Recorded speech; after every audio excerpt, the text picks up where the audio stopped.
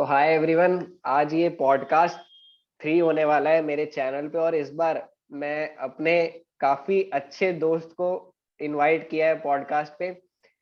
तो over to you मृदुल, अपना थोड़ा इंट्रोडक्शन दे दे, क्वालिफिकेशन वगैरह। मेरा नाम मृदुल अग्रवाल है। मैं जम्मू एंड कश्मीर से बिलोंग करता हूँ और मैंने अपनी पढ़ाई केसी इंटरनेशनल स्कूल से की है। अभी नीट 2021 में मेरा ऑल इंडिया रैंक 130 आया है और स्टेट रैंक 1 है।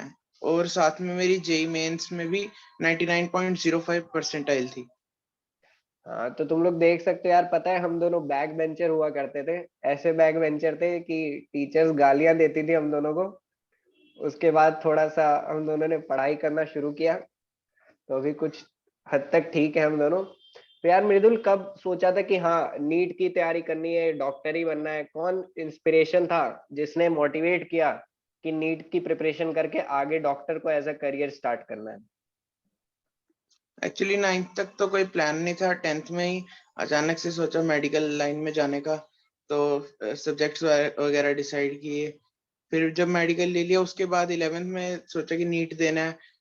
इसका आगे इसी में जाना है, एमबीबीएस वगैरह करने का प्लान था इसीलिए। तो ऐसे तो इंस्पिरेशन तो हर कोई कुछ ना कुछ एडवाइस देता है, पर मैं अपने नानू से श्री मोहनलाल गुप्ता जी से बहुत इंस्पायर्ड हूँ। उनका स्ट्रगल देख के मुझे अच्छा लगा, तो इसलिए मैं भी उन्हीं की तरह कुछ नेशन के लिए करना चाहता। अच्छा अच्छा। तो और कौन कौन है फैमिली में? कोई और डॉक्टर है? और जैसे तूने कहा अभी कि नानू से इंस्पिरेशन है, तो थोड़ा सा उनका बताएगा, क्या स्ट्रगल रहा है, क्या उनकी स्टोरी रही है थोड़ी सी? एक्चुअली वो इंजीनियर रह चुके हैं और मतलब कि जब वो 10th क्लास में थे तो उन्होंने 10th पास करके ड्रॉप ले लिया था। 11 12th की कंटिन्यू नहीं की थी स्टडीज। तीन तीन साल उन्होंने फिर ऐसे काम किया छोटा मोटा। उसके बाद फिर से उन्होंने स्टडीज कंटिन्यू की, इंजीनियरिंग वगैरह की, डिप्लोमा किया, फिर डिग्री की इंजीनियरिंग में। तो लास्ट में वो एडब्ल्यू रिटायर हुए हैं। तो अच्छा उनका मतलब अच्छा। देख के कि जिस गांव से वो आते थे उसके बाद वहां से श्रीनगर या फिर अपने जम्मू तक आना बहुत मुश्किल था उस टाइम पे। हम्म। ट्रैवलिंग भी पॉसिबल नहीं थी। तो वो देख के अच्छा लगा। और कोई और कौन कौन है फैमिली में? ऐसे डॉक्टर तो मेरी फैमिली में कोई भी नहीं है आसपास में। थोड़े हाँ। से दूर हैं एक दो, बट ऐसे जनरली कोई नहीं है। अच्छा अच्छा अच्छा। तो 11th 10th के बाद तू 10th में स्टेट टॉपर भी रहा था JNK का। तो उसके बाद 11th में आया होगा तो थोड़ा कॉन्फिडेंस रहा होगा फिर, कि क्या माइंडसेट के साथ 11th में आया था? क्या कोचिंग वगैरह ज्वाइन की थी? कैसे 11th की प्रिपरेशन की तूने? 11th में स्टार्टिंग में तो मैंने अपने लोकल कोचिंग ही, जहाँ से मैंने 10th पढ़ी थी, वही हम्म। ज्वाइन कर ली। यही सोचा था कि अभी स्टार्ट यहीं से करते हैं। उसके बाद रिजल्ट आया, फिर थोड़ा सा जब जून तक आते आते मैंने आकाश इंस्टीट्यूट ज्वाइन किया। वहां पे मैंने फिर रेगुलर क्लासेस ली, पर वहां पे सही रिदम नहीं बन पाया मेरा। थोड़ा सा बैकलॉग लगता रहा, हम्म। क्लासेस प्रॉपरली अटेंड नहीं हो पा रही थी। तो फिर उसके बाद मतलब कि लास्ट में फिर लीव ही कर दिया था जैन में, सिलेबस कंप्लीट हुए भी नहीं। अच्छा, मतलब 12th में फिर चेंज कर दिया था कोचिंग? हाँ, ऐसे एनरोल्ड तो था आकाश में, बट हाँ ऐसे हाँ। उनसे इतनी पढ़ाई नहीं की। अच्छा, तो 12th में फिर कैसे कंटिन्यू की पढ़ाई? 12th में तो ये कोविड के चलते लॉकडाउन लग गया था, तो सारा ऑनलाइन की तरफ शिफ्ट हो गया था। आकाश की भी ऑनलाइन क्लासेस लगती थी, थोड़ी बहुत वो अटेंड करता था। बाकी मैंने यूट्यूब चैनल्स वगैरह थे, जैसे फिजिक्स वाला सर का चैनल था और एक बायोमेंटर्स चैनल है, इन दोनों से पढ़ता था मैं जनरली। तो फिजिक्स केमिस्ट्री उनसे हो जाती थी, फिजिक्स वाला सर के चैनल से। उनके क्रैश कोर्स वगैरह भी लास्ट में लिए थे, जो उनके बैचेस आते थे यूट्यूब पे। और साथ में बायोमेंटर्स का तो मैंने फुल कोर्स लिया था ऑलमोस्ट। अच्छा अच्छा। तो ये 11th में स्कूल, कुछ लोग मुझसे पूछते रहते हैं कि स्कूल और कोचिंग क्लासेस कैसे मैनेज करनी चाहिए, तो तूने कैसे मैनेज की थी? एक्चुअली इसमें पहले तो प्रॉब्लम आती थी कि स्कूल जाना, फिर वहां से घर आना, फिर डायरेक्टली कोचिंग, तो रात के 7 8 बज जाते थे। सेल्फ स्टडी का टाइम नहीं मिलता था। हम्म। तो आस्ता आस्ता फिर बीच बीच में छुट्टियां भी लेता था, अटेंडेंस भी मतलब जस्ट मार्जिन पे थी। तो वो थोड़ा सा बैलेंस करना पड़ा। अच्छा अच्छा अच्छा। और 12th में फिर जो, जैसे कोई टीचर अगर पढ़ाता था, तो जो डाउट्स आते थे वो कैसे क्लियर करता था? फॉर एग्जांपल अगर तूने आकाश के कम कोचिंग की है और ये ऑनलाइन टीचर्स जो होते हैं जैसे फिजिक्स वाला सर है, तो इनके बैचेस में क्या डाउट क्लियरिंग सेशंस होते हैं? ऐसे तो पहले तो कोशिश करता था इंटरनेट या बुक्स वगैरह से ही डाउट क्लियर हो जाए, अगर नहीं हो पाते थे फिर जैसे जो मैंने बायोमेंटर ज्वाइन किया था इंस्टीट्यूट, वहाँ पे एक डाउट आस्किंग भी सिस्टम था, वहाँ पे सर भी आंसर दे देते थे और बाकी जो बैचमेट्स थे स्टूडेंट्स थे उनके साथ भी डिस्कशन हो सकती थी, तो अच्छा फिर अच्छा। वहीं से सॉल्व हो। और क्या क्या बुक्स फॉलो की यार, ये बता दे कोचिंग मटेरियल के अलावा। अगर मैं स्टार्ट करूं, फिजिक्स से स्टार्ट करूं, तो फिजिक्स में कौन कौन सी बुक्स फॉलो की थी? ऐसे फिजिक्स में कोई एक्स्ट्रा बुक्स ज्यादा फॉलो नहीं की थी, पहले तो वही कोचिंग का मटेरियल मटेरियल जैसे जैसे पढ़ाते थे वही सॉल्व करते थे, डेरिवेशंस वगैरह या फिर फॉर्मूले चार्ट्स वगैरह बना लिए थे। तो फिजिक्स मेरे को पहले से ही अपना थोड़ा स्ट्रॉन्ग सब्जेक्ट लगता था बाकी दोनों के कंपैरिजन में, तो मेरे को थोड़ा ठीक लगता था, उसके लिए प्रीवियस ईयर क्वेश्चंस वगैरह सॉल्व किए। लास्ट में एनसीईआरटी के भी क्वेश्चंस किए, क्योंकि ज्यादातर नीट में कुछ क्वेश्चंस थ्योरेटिकल आ जाते हैं तो वो थोड़ी प्रॉब्लम करते हैं, तो ज्यादा कोई ऐसे बुक सॉल्व नहीं की थी। एक एसएल अरोरा ली थी स्टार्ट में, और लास्ट में एनसीईआरटी या फिंगर टिप्स ली थी, फिजिक्स थोड़ी सी सॉल्व की थी, पर ऐसे मतलब वही था, मेनली जो क्वेश्चंस वगैरह थे वो मैंने उधर से ही, जो मैंने बायोमेंटर कोचिंग ली थी वहां से सॉल्व किए थे। अच्छा, प्रीवियस ईयर की कौन सी बुक ली थी? मतलब अरिहंत की ली प्रीवियस थी? ईयर की नहीं, मैंने एमटीजी की ली थी, अच्छा, 33 एमटीजी। ईयर प्रीवियस से। अच्छा अच्छा अच्छा। और केमिस्ट्री में भी फिर कोचिंग मटेरियल ही सॉल्व किया था? केमिस्ट्री एक्चुअली मेरा ये मतलब स्टार्टिंग से ही पहले तो ठीक था, बीच में ये सबसे वीक सब्जेक्ट हो गया था, इसमें बड़ी प्रॉब्लम आती थी, तो ये ऑनलाइन भी इतना समझ नहीं आता था।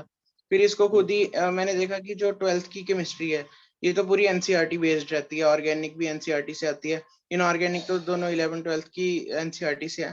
तो लास्ट मंथ तक भी इनऑर्गेनिक वगैरह में प्रॉब्लम आती थी, फिर मैंने अपने खुद नोट्स बनाए थे, शॉर्ट नोट्स बनाए थे, एनसीईआरटी का एक एक पॉइंट उसमें उतारा हम्म। इनऑर्गेनिक का, फिर उसको टारगेट रखा था जैसे आज डी एंड एफ ब्लॉक की है तो उसको 3 4 दिन बाद फिर से रिवाइज करना है, ऐसे करते करते इनऑर्गेनिक स्ट्रांग होगी। और ऑर्गेनिक में प्रॉब्लम आती थी जैसे रिएक्शन मैकेनिज्म वगैरह इतने कुछ कुछ इंपॉर्टेंट रिएक्शंस के किए थे, वरना तो ऐसे ही डायरेक्ट लिखते थे आंसर, तो वो थोड़ी सी प्रॉब्लम रहती थी बीच में, पर उसके वही है वो बार बार प्रैक्टिस करके तो हो गया वो भी। अच्छा। और बायो के लिए क्या है, बायोमेंटर से फॉलो किया था? हाँ, बायोमेट्रिक्स ही किया था असल में।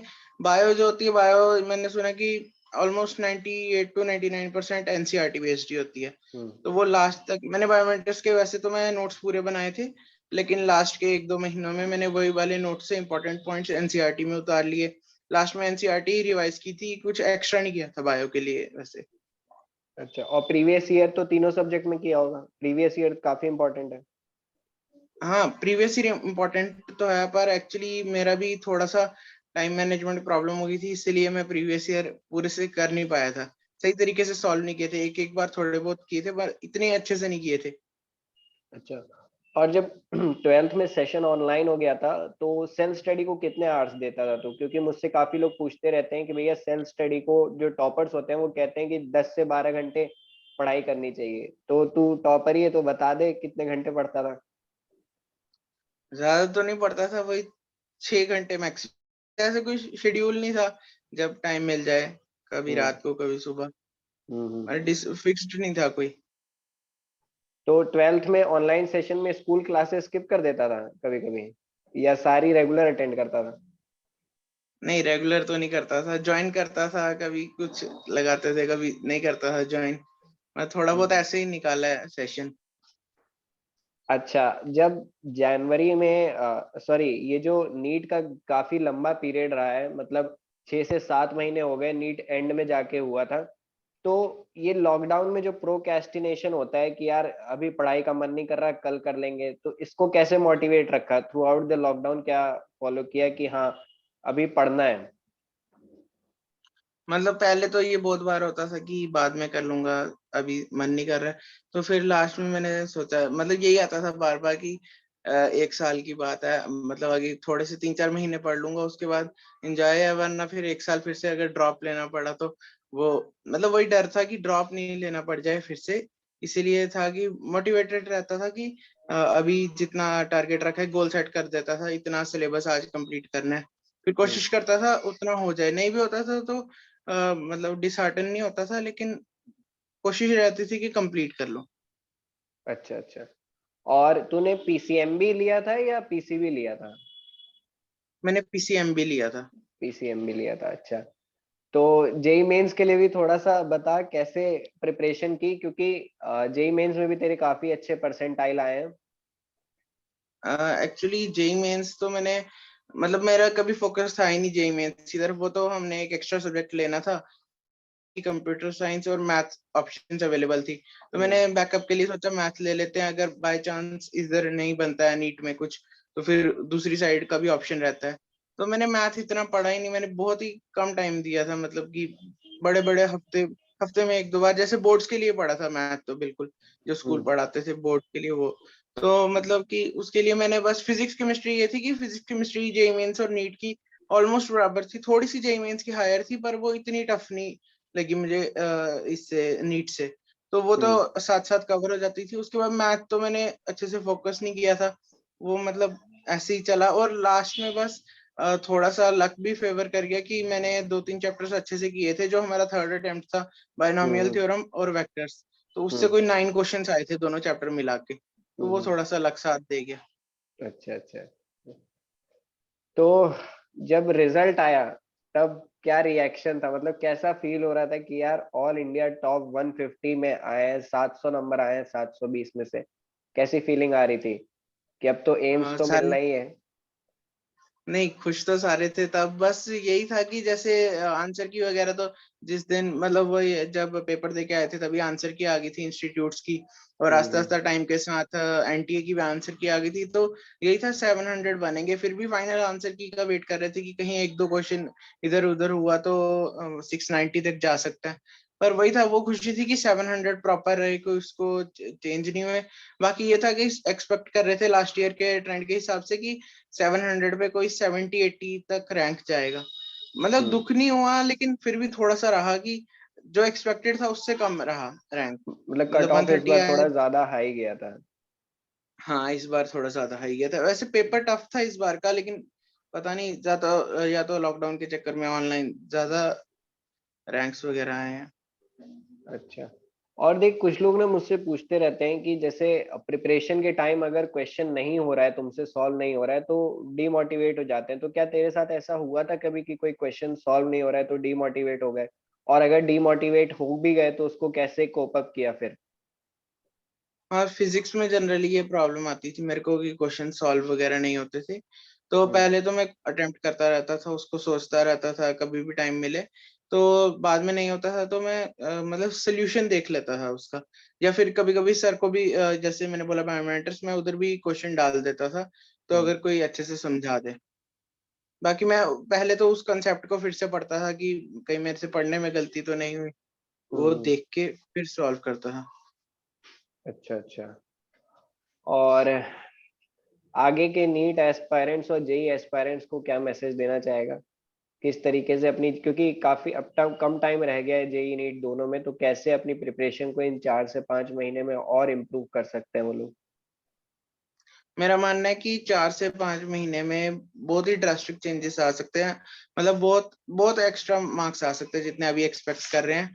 बस उसके लिए मेन चीज यही है, कंसिस्टेंसी रखनी चाहिए कि मतलब ज्यादा नहीं, अगर दिन के 4 से 6 घंटे भी सेल्फ स्टडी करे तो फुली कंसंट्रेटेड रहना चाहिए, ये नहीं कि मतलब, और ये भी देखना चाहिए कि हर सब्जेक्ट को टाइम दे, जैसे मैंने जनरली देखा है कि जेई मेंस की प्रिपरेशन में थोड़ा सा बच्चों का जैसे नीट में फिजिक्स थोड़ी सी पीछे होती है, तो जेईई मेंस में केमिस्ट्री थोड़ी सी मैंने देखा है वो थोड़ी सी बच्चों की पीछे रह जाती है, तो मेरा मानना है कि अगर तो आपके अभी मार्क्स आ रहे हैं 160 170 या फिर 120 130 भी आ रहे हैं, तो आपको पहले केमिस्ट्री पे फोकस करना चाहिए कि वो रैंक अच्छी इंप्रूव कर देती है, क्योंकि हम्म केमिस्ट्री स्कोरिंग सब्जेक्ट है, ना ज्यादा टाइम लगेगा। उसके बाद मतलब यही है कि डेली क्वेश्चंस वगैरह सॉल्व करते रहने चाहिए, कि थ्योरीज वगैरह पढ़ के ज्यादा फायदा नहीं हो पाएगा, मतलब फॉर्मूले वगैरह याद करके फिर क्वेश्चन प्रैक्टिस पे आना चाहिए।